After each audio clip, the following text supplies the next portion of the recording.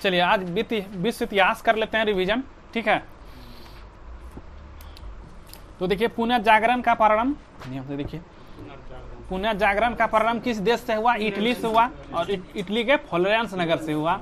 और देखिए इटली के महान कवि दंते ने पुनर्जागरण का अग्रदूत कहा गया इनको। और इन्होंने देखिए दंते ने लैटिन भाषा को छोड़कर टक्सन भाषा में डिवाइन कॉमेडी, ध्यान दिया जाए, बढ़िया क्वेश्चन है, डिवाइन कॉमेडी किसने लिखा? दांते ने, डिवाइन कॉमेडी दांते ने। अब देखिए पुनर्जागरण दांते के बाद पुनर्जागरण की भावना का प्रश्रय जो है देने वाला दूसरा व्यक्ति कौन था? पेट्रार्क था। पेट्रार्क को मानववाद का संस्थापक माना जाता है। पेट्रार्क को मानववाद का संस्थापक माना जाता है। फिर देखिए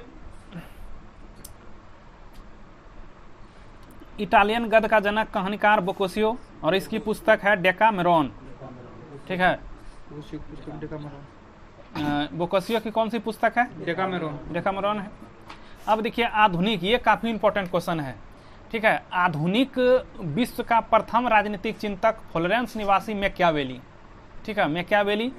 और इनकी प्रसिद्ध पुस्तक द प्रिंस, कई बार क्वेश्चन पूछा हुआ है। द प्रिंस किसकी पुस्तक है? मैकियावेली की है।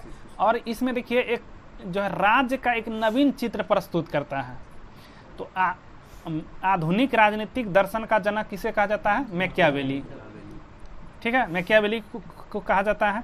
फिर देखिए पुनर्जागरण भावना का पूर्णता अभिव्यक्ति इटली के 3 कलाकार, जिसमें Leonardo Vinci, Michelangelo, Raphael है, 3 यानी कि इटली के ही 3 प्रमुख कलाकार हुए। फिर देखिए लियोनार्दो विंची एक जो है बहुमुखी प्रतिभा संपन्न मूर्तिकार, चित्रकार, इंजीनियर, वैज्ञानिक, सब कुछ था ये। और द लास्ट सफर, मोनालिसा, ठीक है, याद है ना, द लास्ट सफर और मोनालिसा दोनों के कौन है? Leonardo Vinci. द लास्ट सफर और मोनालिसा किसकी कृति है? विंची का। देखिए यहाँ तक कोई दिक्कत? पुनर्जागरण फ्लोरेंस नगर से, इटली से पुनर्जागरण का किसको? दंते को। दंते ने कौन सा बुक लिखा? डिवाइन कॉमेडी, टक्सन भाषा में। पेट्रार्क को क्या कहा जाता है? मानववाद का संस्थापक। फिर देखिए आधुनिक राजनीतिक दर्शन का जनक मैकियावेली की पुस्तक द प्रिंस है, ठीक है। और फ्लोरेंस निवासी है मैकियावेली। 3 कलाकार है इटली का, Leonardo Vinci, Michelangelo, Raphael. लेकिन याद रहे कि विंची की जो कीर्ति ये द लास्ट सफर और मोनालिसा और लास्ट सफर किसके साथ है? विंची के साथ। आइए अब देखिए the last judgement, the fall of man, Michelangelo, याद रहे। देखिए the last judgement, the fall of man, Michelangelo कृति है। वहीं देखिए राफेल भी इटली का ही चित्रकार था। इनकी सर्वश्रेष्ठ कृति में देखिए मैडोना का चित्र है। वहीं पुनर्जागरण काल में देखिए चित्रकला का जनक जियाटो माना जाता है। फिर देखिए इंग्लैंड के लेखक टॉमस मूर ने अपनी पुस्तक यूटोपिया, काफी अच्छा क्वेश्चन है, यूटोपिया के लेखक कौन है? टॉमस मूर है। फिर देखिए मार्टिन लूथर ने जर्मन भाषा में बाइबिल का अनुवाद किया। और रोमियो एंड जूलियट किसकी कृति है? शेक्सपियर की। रोमियो एंड जूलियट किसकी कृति है? शेक्सपियर की अमर कृति है। इंग्लैंड के रोजर बेकन को आधुनिक प्रयोगात्मक विज्ञान का जन्मदाता माना जाता है। क्लियर? फिर देखिए सौर मंडल का केंद्र, इसका खंडन सर्वप्रथम पोलैंड निवासी कोपरनिकस ने किया। कह रहा है कि पृथ्वी जो है सौर मंडल का केंद्र है, किसने कहा? कोपरनिकस ने। और फिर देखिए जर्मनी के प्रसिद्ध वैज्ञानिक केपला ने कहा कि ग्रह सूर्य के चारों ओर घूमते हैं। न्यूटन ने गुरुत्वाकर्षण का नियम दिया। न्यूटन ने किस पुस्तक में? द प्रिंसिपिया ना, ठीक है, द प्रिंसिपिया। फिर देखिए 16वीं शताब्दी, तो ये भी क्वेश्चन बढ़िया है। 16वीं शताब्दी में धर्म सुधार आंदोलन होता है शुरू, और कहाँ से होता है? इंग्लैंड से ना, इंग्लैंड से होता है। धर्म सुधार का प्रवर्तक मार्टिन लूथर था। जॉन विक्लिफ को देखिए धर्म सुधार आंदोलन का प्रातःकालीन तारा कहा जाता है। अमेरिका की खोज कोलंबस ने की। और अमेरिको वेस्पुस्की नामक इटली का जो नाम था वो व्यक्ति, उसी के नाम पर अमेरिका पड़ा। प्रशांत महासागर का नामकरण किसने किया? मैगलन ने। समुद्री मार्ग से संपूर्ण विश्व का चक्कर लगाने वाला प्रथम व्यक्ति मैगलन था। चलिए एक चैप्टर हम लोग देख लेंगे। अब दूसरा में आइए, अमेरिकी स्वतंत्रता संग्राम। तो देखिए अमेरिकी स्वतंत्रता, अमेरिका को भी ब्रिटिश उपनिवेश साम्राज्य की नींव जेम्स प्रथम के शासनकाल में डाला गया, यानी कि अमेरिका को भी बनाया था ब्रिटेन उपनिवेश का साम्राज्य।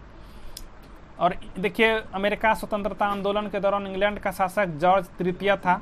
रेड इंडियन, काफी इंपॉर्टेंट क्वेश्चन है, अमेरिका के मूल निवासी थे। अमेरिका को पूर्ण स्वतंत्रता 4 जुलाई 1976 को मिली। अमेरिका को पूर्ण स्वतंत्रता जो है 4 जुलाई 1976 को मिली। और देखिए अमेरिकी स्वतंत्रता की घोषणा को नैसर्गिक अधिकार, नेचुरल राइट्स के सिद्धांत पर आधारित थी। फिर याद रहे कि अमेरिका का स्वतंत्रता 1783 ईस्वी में पेरिस संधि के तहत समाप्त हुआ। स्वतंत्रता युद्ध है। आइए अब बढ़ते हैं आगे। तो देखिए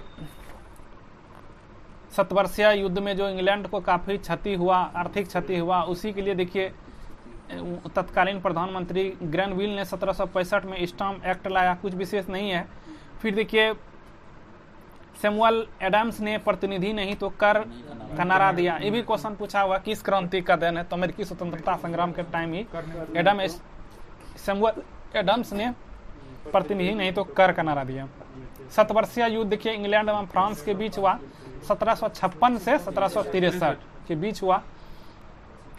अब देखिए टॉमस मूर ने लघु पत्रिका कॉमन सेंस भी प्रकाशित किया। टॉमस पेन ने राइट्स ऑफ मैन, काफी इंपॉर्टेंट क्वेश्चन है, राइट्स ऑफ मैन के लेखक कौन है? टॉमस पेन है। अमेरिकी स्वतंत्रता संग्राम का नायक जॉर्ज वाशिंगटन थे और अमेरिका के प्रथम राष्ट्रपति भी बने। अमेरिका की राजधानी वाशिंगटन डीसी।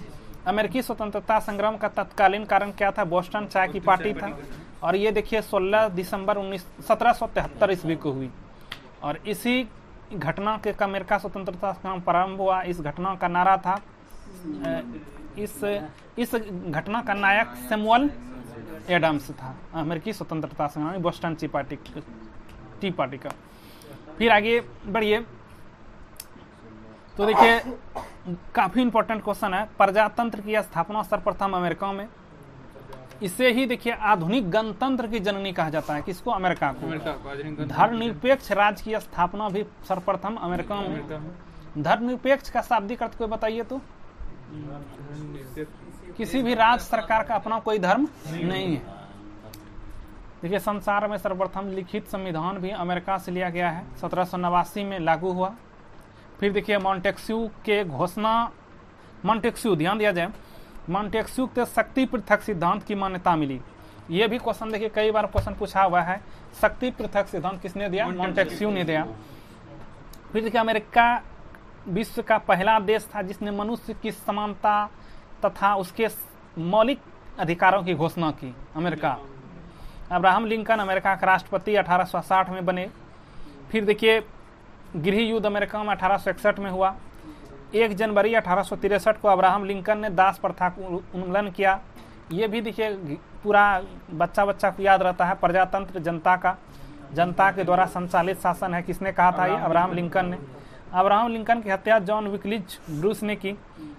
और फिर देखिए कुछ नहीं किया, मतलब अमेरिकी स्वतंत्रता समाप्त होता है, कुछ विशेष नहीं। आइए फ्रांसीसी क्रांति।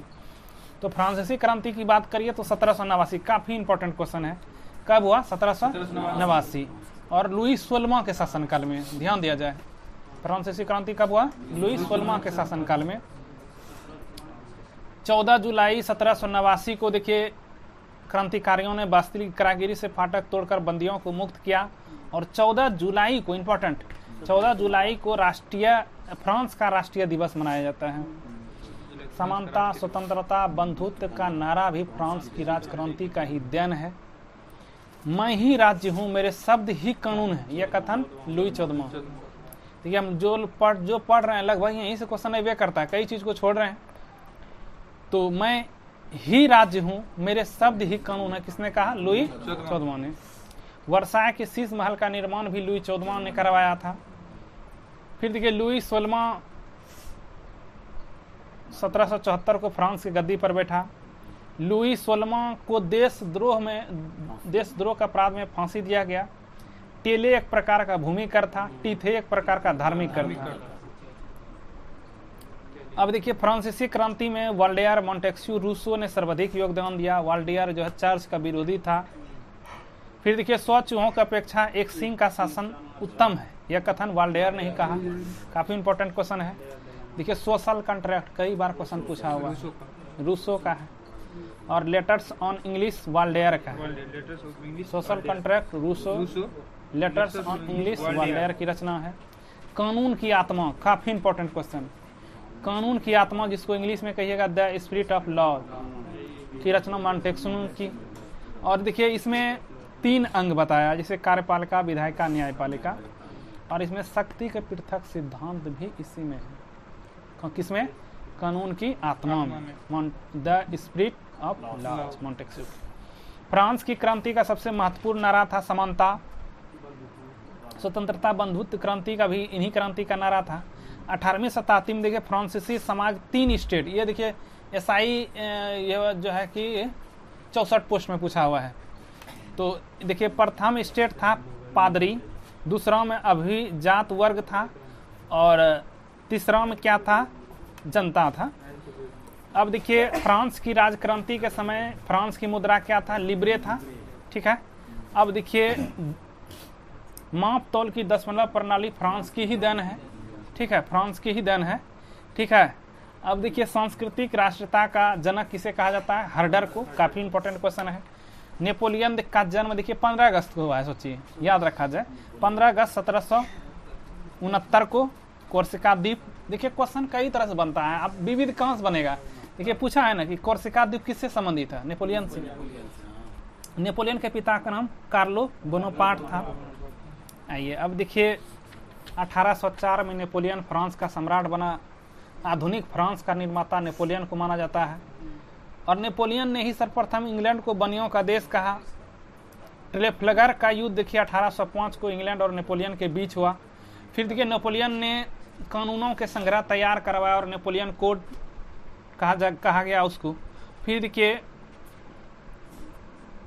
जब अंततः देखिए मित्र राष्ट्रों की सेना नेपोलियन को 18 जून 1815 को वाटरलू, ये भी अच्छा क्वेश्चन है, वाटरलू युद्ध जो है 1815 में हुआ। और इसी के बाद इसको बंदी बनाया गया और सेंट हेलेना द्वीप पर भेज दिया गया। वहाँ 1821 में नेपोलियन की मृत्यु हो गई।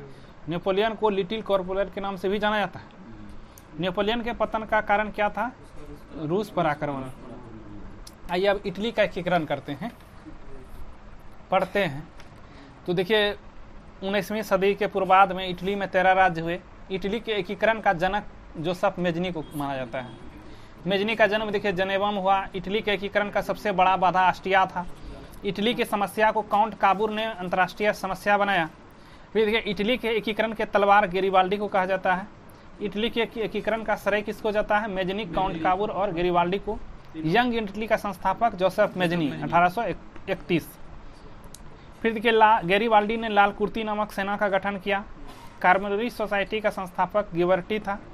अब देखिए इटली राष्ट्र का जन्म 2 अप्रैल 1860 को माना जाता है और 1871 में रोम इटली की राजधानी है। किस नदी पर कोई बताइए? टाइबर पे है। अब देखिए ये भी क्वेश्चन पूछा हुआ है कि यदि समाज में क्रांति लानी है तो क्रांति का नेतृत्व नवयुवकों के हाथों में दे दो। जोसेफ मेजनी ने कहा। ये इटली का एकीकरण 1871 काउंट काबूर ने किया। इटली की एकता का जन्मदाता नेपोलियन। यहाँ हम लोग देखिए इटली का एकीकरण भी देख लिए। आइए जर्मनी का एकीकरण, रिवीजन है इसलिए थोड़ा सा जल्दी पढ़ लेते हैं। जर्मनी का एकीकरण देखिए बिस्मार्क ने किया। जर्मनी का एकीकरण बिस्मार्क किया। बिस्मार्क ने देखिए, बिस्मार्क जो है प्रसा के शासक विलियम प्रथम का प्रधानमंत्री था। जर्मनी का सबसे शक्तिशाली राज्य कौन था? प्रसा था। अब देखिए दरोगाम और बिहार पुलिस में क्वेश्चन देने लगा है विश्व इतिहास से, 1-2 क्वेश्चन 3 क्वेश्चन, तो थोड़ा सा देखा जाए। देखिए बिस्मार्क जर्मनी का एकीकरण प्रसा के नेतृत्व में चाहता था। बिस्मार्क को सबसे अधिक भय फ्रांस से था। जर्मनी के राष्ट्रीयता का संदेश वाहक नेपोलियन बोनापार्ट को माना जाता है। जर्मनी का आर्थिक राष्ट्रवाद का पिता फ्रेडरिक लिस्ट को कहा जाता है। जर्मनी के राष्ट्रीय सभा को डायर के नाम से भी जानते हैं। ठीक है, ऑस्ट्रिया का चांसलर कौन था? मेटरनिक। ये ऑस्ट्रिया है, ऑस्ट्रिया की राजधानी वियना, ऑस्ट्रेलिया की राजधानी कैनबरा। फिर देखिए फ्रैंकफर्ट संविधान सभा गठन 1848 में, कुछ विशेष नहीं है। फिर देखिए 1862 में बिस्मार्क जो है चांसलर बना। विलियम प्रथम ने बिस्मार्क को बाजीगर कहा। विलियम प्रथम ने बिस्मार्क को क्या कहा? बाजीगर कहा। बिस्मार्क ने देखिए जर्मनी के सम्राट विलियम प्रथम का राज्याभिषेक वर्साय के राजमहल में किया था, बिस्मार्क ने। फिर देखिए फ्रैंकफर्ट की संधि, तो मैट्रिक में भी पढ़े होंगे आप लोग, नया अवलंब है। तो फ्रैंकफर्ट की संधि देखिए 10 मई 1871 फ्रांस और प्रसा के बीच हुआ। चलिए ये भी देख लिए हम लोग, जर्मनी का भी एकीकरण हो गया। आइए रूसी क्रांति। तो रूसी क्रांति की बात करिए तो देखिए समाजवाद शब्द, ये भी अच्छा क्वेश्चन है। समाजवाद शब्द का प्रयोग सर्वप्रथम रॉबर्ट ओवेन ने किया। और देखिए आदर्श समाजवाद का प्रवक्ता रॉबर्ट ओवेन ही था। ये भी इंपॉर्टेंट क्वेश्चन है। वैज्ञानिक समाजवाद काफी बार पूछा हुआ है। वैज्ञानिक समाजवाद का संस्थापक कार्ल मार्क्स था। और कार्ल मार्क्स कहाँ का निवासी था? जर्मनी का था। कार्ल मार्क्स ने देखिए दास कैपिटल, ये बहुत इंपॉर्टेंट, वेरी वेरी इंपॉर्टेंट करिए इसको, कि कार्ल मार्क्स ने दास कैपिटल कम्युनिस्ट मैनिफेस्टो नामक पुस्तक लिखा। पूछा हुआ क्वेश्चन है। कार्ल मार्क्स ने दास कैपिटल कम्युनिस्ट मैनिफेस्टो नामक पुस्तक लिखा। साम्यवादी फ्रांसीसी साम्यवाद का जनक सेंट साइमन था। फेबियन सोशलिज्म का नेतृत्व जॉर्ज बर्नार्ड शॉ ने किया। फिर देखिए ये भी क्वेश्चन पूछा हुआ है कि लंदन में फेबियन सोसाइटी, देखिए पूछ लिया था, फेबियन सोसाइटी का संबंध किस देश से है? सोचिए, इंग्लैंड से, लंदन। अब देखिए दुनिया के मजदूरों, ये भी काफी इंपॉर्टेंट क्वेश्चन है। दुनिया के मजदूरों एक हो का नारा कार्ल मार्क्स ने दिया। रूस के शासक को जार कहा जाता है। जारशाही संस्था जो है कि व्यवस्था 1917 में समाप्त हुआ। जार मुक्तिदाता के नाम से किसको जानते हैं? अलेक्जेंडर द्वितीय को। रूस का अंतिम जार शासक जार निकोलस द्वितीय था। देखिए रूसी क्रांति का तत्कालीन कारण क्या था? विश्व युद्ध में रूस की पराजय। क्या? प्रथम विश्व युद्ध में रूस की पराजय 1917 में हुआ। 7 नवंबर 1917 को देखिए बोल्शेविक क्रांति का नेता कौन था? लेनिन था। ये भी क्वेश्चन पूछा हुआ है। चेका का गठन किसने किया? लेनिन ने। लाल सेना का गठन ट्रास्की ने। फिर देखिए एक जार एक चर्च एक रूस का नारा किसने दिया? जार निकोलस द्वितीय ने। फिर देखिए अन्ना कैरोना के लेखक, ये भी बढ़िया क्वेश्चन है आपका, लियो टॉल्स्टॉय। शून्यवाद का जनक तुर्गनेव ने। रूसी साम्यवाद का जनक प्लेखनोव।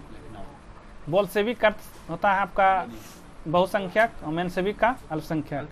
बोल्शेविक दल का नेता लेनिन था। अप्रैल 33 के नाम से जानते हैं। 16 अप्रैल 1917 का जो है कि कुछ नहीं है। देखो 1921 में लेनिन ने नई आर्थिक नीति लाया और आधुनिक रूस का निर्माता है स्टालिन को। और लेनिन की मृत्यु 1924 में हो जाता है और 1925 में सन यात सेन का मृत्यु। अब देखिए मदर की रचना किसने की? मैक्सिको गोर्की ने। अस्थायी क्रांति का सिद्धांत प्रवर्तक कौन है? ट्रास्की था। प्रथम विश्व युद्ध के दौरान देखिए लेनिन का नारा था युद्ध का अंत करो। प्रथम विश्व युद्ध के दौरान लेनिन का नारा क्या था? युद्ध का अंत करो। कार्ल मार्क्स का आजीवन साथी रहा फ्रेडरिक एंजल्स। ठीक है, कार्ल मार्क्स का आजीवन साथी रहा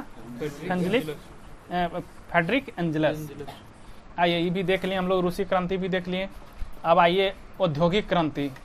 तो देखिए औद्योगिक क्रांति पद का प्रयोग सर्वप्रथम कुछ नहीं है। औद्योगिक क्रांति की शुरुआत देखिए इंग्लैंड में हुई। क्योंकि देखिए इंग्लैंड क्या था? इंग्लैंड के पास काफी सारा उपनिवेश देश था। कच्चा माल उपलब्ध आसानी से हो रहा था। उपनिवेशों के कारण ही कच्चे माल की पूर्ति अधिकता था। इंग्लैंड में देखिए औद्योगिक क्रांति की शुरुआत सूती कपड़ों उद्योग से हुआ। फिर देखिए औद्योगिक क्रांति के दौर में जर्मनी इंग्लैंड का प्रतिद्वंदी हुआ। इसमें से देखिए सेफ्टी लैंप हेम्प्रे डेवी ने किया था आविष्कार, कुछ विशेष नहीं था। अब आइए इंग्लैंड में क्रांति। तो देखिए इंग्लैंड में गृह युद्ध चार्ल्स प्रथम के शासनकाल में हुआ। ये भी क्वेश्चन काफी इंपॉर्टेंट है। इंग्लैंड में गौरवपूर्ण क्रांति 1688 में हुआ। इंग्लैंड में गौरवपूर्ण क्रांति कब हुआ? 1688 में। देखिए क्रांति का सीधा सा मतलब बदलाव होता है। ठीक है, और ये फिर देखिए गुलाबों का युद्ध कहाँ हुआ? इंग्लैंड में। इंग्लैंड के सामंतों राज जॉन 1215 में, यही इसी को मैग्ना कार्टा कहा गया। फिर देखिए डूडर वंश शक्तिशाली राजाओं का शासनकाल ही था और कठपुतली बना रहा। एलिजा, ये क्वेश्चन बढ़िया है, एलिजा प्रथम का संबंध ड्यूडर वंश से है। इंग्लैंड में जो है गृह युद्ध 7 वर्षों तक चला। आइए प्रथम विश्व युद्ध बड़ा जल्दी खत्म हो जाएगा, चिंता ना करें। प्रथम विश्व युद्ध की बात करिए तो देखिए 28 सितंबर जो है कि 1914 को हुआ और 28 जुलाई 1914 को हुआ और ऑस्ट्रिया द्वारा सर्बिया पर आक्रमण किए जाने के कारण ये 4 वर्षों तक रहा। 4 वर्षों तक युद्ध चला प्रथम विश्व युद्ध और 37 देशों ने भाग लिया। और देखिए प्रथम विश्व युद्ध का तत्कालीन कारण क्या था? ऑस्ट्रिया का राजकुमार सरोजिबो की हत्या का था। प्रथम विश्व युद्ध देखिए संपूर्ण 2 खेमे में बटा। मित्र राष्ट्र, धुरी राष्ट्र, काफी इंपॉर्टेंट है। धुरी राष्ट्र मित्र राष्ट्र क्वेश्चन एसआई में भी पूछ लिया था। तो धुरी राष्ट्रों का नेतृत्व जर्मनी ने किया। और देखिए धुरी राष्ट्र में कौन कौन है? ऑस्ट्रिया, हंगरी, तुर्की, बुल्गारिया, इटली। ऑस्ट्रिया, हंगरी, तुर्की, बुल्गारिया, इटली। वहीं मित्र राष्ट्र की बात करिए तो इंग्लैंड, फ्रांस, संयुक्त राज्य अमेरिका, रूस, फ्रांस मित्र राष्ट्र। गुप्तकारी संधियों के प्रणाली एवं यूरोप के गुटबंदी का जनक जर्मनी के चांसलर बिस्मार्क को माना जाता है। सर्बिया की गुप्तकारी संस्था क्या था? कलाहत। रूस जापान युद्ध जो है 1904-05 में हुआ और मोरक्को संकट 1906 में पैदा हुआ। फिर देखिए 4 अगस्त 1914 को इंग्लैंड प्रथम विश्व युद्ध में शामिल हो गया। 4 अगस्त 1914 को इंग्लैंड प्रथम विश्व। और देखिए इटली मित्र राष्ट्रों की ओर से प्रथम विश्व युद्ध में शामिल हुआ था 1915 में। प्रथम विश्व युद्ध के समय अमेरिका के राष्ट्रपति वुडरो विल्सन था। अमेरिका भी देखिए, अमेरिका 6 अप्रैल 1917 को प्रथम विश्व युद्ध में शामिल हुआ। ठीक है। अब देखिए 18 जून 1919 को पेरिस शांति सम्मेलन हुआ जिसमें 27 देशों में भाग लिया, मगर ब्रिटेन, फ्रांस कुछ विशेष नहीं है। आइए फिर देखिए वर्साय की संधि 28 जून 1919 को हुआ। ठीक है। अब देखिए अंतर्राष्ट्रीय क्षेत्र में प्रथम विश्व युद्ध का सबसे बड़ा योगदान राष्ट्र संघ की स्थापना था। प्रथम विश्व युद्ध के दौरान होने वाली वर्साय की संधि में द्वितीय विश्व युद्ध का बीजारोपण हुआ। आइए चीनी क्रांति देखते हैं। तो देखिए मंचू राजवंश का पतन 1911 में चीनी क्रांति के नायक सन्यात सेन हुए। फिर देखिए सन्यात सेन ने तुंग मेघ मोंग दल की स्थापना किया है, कुछ विशेष नहीं है। आइए फिर देखिए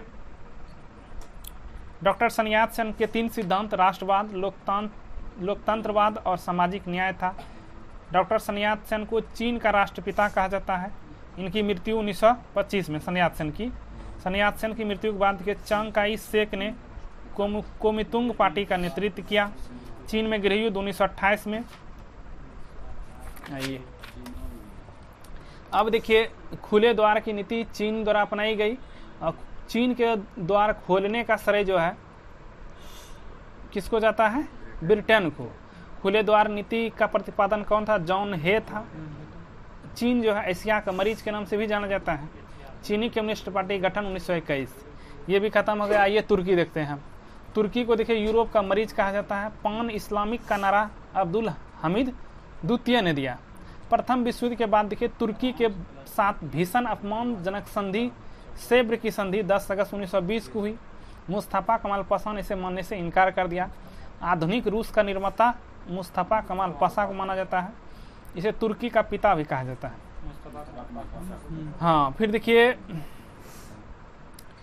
1923 में तुर्की और यूनान के बीच लोजान की संधि हुई।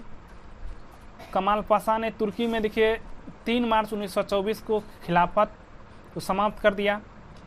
तुर्की के नए गणतंत्र की स्थापना मुस्तफा कमाल पाशा ने ही किया। इस्तांबुल का पूरा नाम किस्तुतुनिया था। तो ये अब तुर्की भी खत्म हो गया। आइए इटली में फासिस्टवादों का उदय। तो फासिस्टवाद का उदय सर्वप्रथम इटली में हुआ। इसका जन्मदाता मुसोलिनी को माना जाता है। ड्यूस के नाम से किसको जानते हैं? मुसोलिनी को जानते हैं, काफ़ी इंपॉर्टेंट है। फिर मुसोलिनी द्वारा बनाए गए नियमों की संख्या 22 था। ठीक है। अब देखिए जर्मनी के नाजीवाद का उदय। तो जर्मनी में देखिए नाजीवाद का उत्थान हिटलर के ही नेतृत्व में हुआ। हिटलर का जन्म देखिए 1889 में ऑस्ट्रिया के वॉन ब्रॉन दिया है ना, कई जगह आपको वॉन मिलेगा। ठीक है, याद रखिएगा। ये आपके क्विज में आते रहता है क्वेश्चन ये। अब देखिए हिटलर के बचपन का नाम, बचपन में क्या चित्रकार बनना चाहता था सोचिए। प्रथम विश्व युद्ध 1914 से 18 में हिटलर जर्मनी के तरफ से लड़ा था। युद्ध में अब भूतपूर्व वीरता के लिए उसे आयरन क्रॉस प्राप्त हुआ जर्मनी की तरफ से। फिर के युद्ध के बाद हिटलर जो है जर्मनी वर्कर्स पार्टी का सदस्य बना। फिर देखिए फ्यूरर के नाम से भी हिटलर को जाना जाता है। हिटलर की एक जरूर याद रखना है आप लोग को, मीन कैंप किसकी कृति है? आत्मकथा है हिटलर की। फिर देखिए गुप्तचर पीपुल्स गेस्टापो का संगठन हिटलर ने ही किया था। एक राष्ट्र एक नेता, काफी इंपॉर्टेंट क्वेश्चन है। एक राष्ट्र एक नेता का नारा किसने दिया? हिटलर ने दिया। नाजी दल का प्रचार कार्य गोबेल्स संभाला था। फिर देखिए हिटलर ने 1 सितंबर 1939 को पोलैंड के पर आक्रमण किया। हिटलर की विस्तारवादी नीति का पहला शिकार ऑस्ट्रिया हुआ। और हिटलर जो है सामी विरोध नीति के अर्थ था कि यहूदी विरोधी था। और हिटलर ने देखिए 30 अप्रैल 1945 को आत्महत्या कर लिया। सोचिए, अपने से आत्महत्या। हाँ, आत्महत्या कोई दूसरा नहीं करेगा। आत्महत्या मतलब अपने से खुद करना। जापानी साम्राज्यवाद का उदय एकदम खत्म क्यों रहे, खत्म ही होने जा रहा है। जापान के साम्राज्यवाद का सबसे पहला शिकार चीन हुआ। जापान में देखिए आधुनिकीकरण की प्रक्रिया की शुरुआत मोहसुटो ने की। और देखिए 1905 में जापान ने रूस को हराया है। कितना बढ़िया क्वेश्चन है। 1905 में जापान ने रूस को हराया है।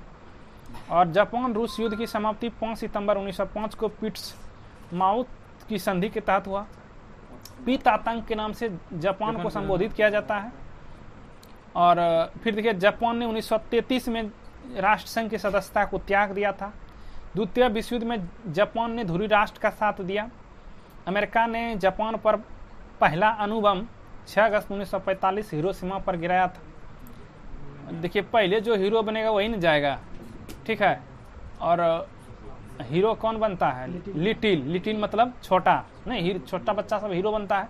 तो पहले गिर गया और उसका जो कोड नाम क्या था? लिटिल था। हिरोशिमा और नागासाकी पर बम गिराए जाने के कारण देखिए जापान द्वितीय विश्व युद्ध में आत्मसमर्पण कर लिया। आइए द्वितीय विश्व युद्ध देखते हैं।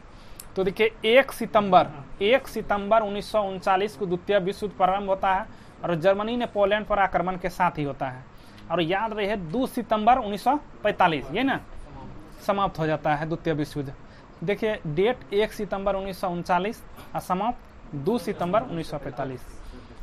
तो देखिए इसमें फ्रांस ब्रिटेन जर्मनी के विरुद्ध युद्ध था ये। फिर देखिए 6 वर्षों तक चला। द्वितीय विश्व युद्ध कितने वर्षों तक चला? 6 वर्ष तक। और 2 सितंबर 1945 को समाप्त हुआ। इसमें 61 देशों ने भाग लिया। प्रथम विश्व युद्ध में 37 देश, इसमें 61 देश ने। द्वितीय विश्व युद्ध का तत्कालीन कारण क्या था? जर्मनी का पोलैंड पर आक्रमण। म्यूनिक पैक्ट 1938 में संपन्न हुआ। जर्मनी ने वर्साई की संधि का उल्लंघन 1935 में किया। स्पेन में गृह युद्ध 1936 में हुआ। और जर्मनी द्वारा सोवियत संघ पर आक्रमण करने की योजना को ऑपरेशन बारबोसा कहा गया। फिर देखिए जर्मनी की ओर से द्वितीय विश्व युद्ध 10 जून 1940 को इटली ने प्रवेश किया। अमेरिका का द्वितीय विश्व युद्ध में काफी इंपॉर्टेंट है ये।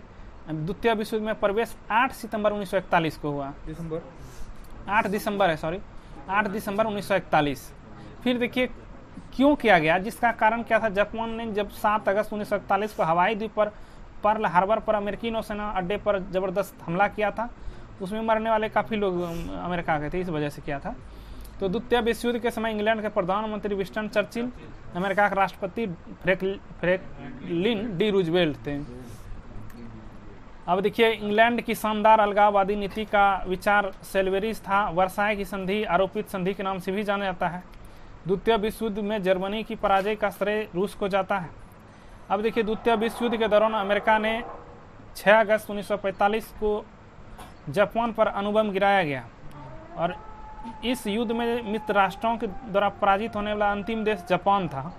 याद रहे अमेरिका ने 6 अगस्त 1945 को हिरोशिमा पर लिटिल बॉय है ना, लिटिल बॉय और यूरेनियम 235। देखिए पहले 235 आएगा तब ना 239 आएगा। पहले 6 अगस्त 1945 जो हीरो बना, अब हीरो कौन बनता है? लिटिल, छोटा सा बच्चा सब। और पहले यूरेनियम आएगा 235। वहीं 9 अगस्त 1945 को नागासाकी पर फेटमैन मतलब प्लूटोनियम, प्लूटोनियम 239, बाद में 239 है, नामक एटम बम गिराया गया। यूरोप में देखिए द्वितीय विश्व युद्ध का अंत 8 मई 1945 को तब हुआ जब जर्मनी ने बिना शर्त का आत्मसमर्पण कर दिया। अब देखिए अंतर्राष्ट्रीय क्षेत्र में द्वितीय विश्व युद्ध का सबसे बड़ा योगदान जो है संयुक्त राष्ट्र संघ की स्थापना था। तो यहीं तक आपका विश्व इतिहास समाप्त हो गया और हम लोग बड़ा जल्दी सारा चीज़ रिवीजन करने का प्रयास किया है।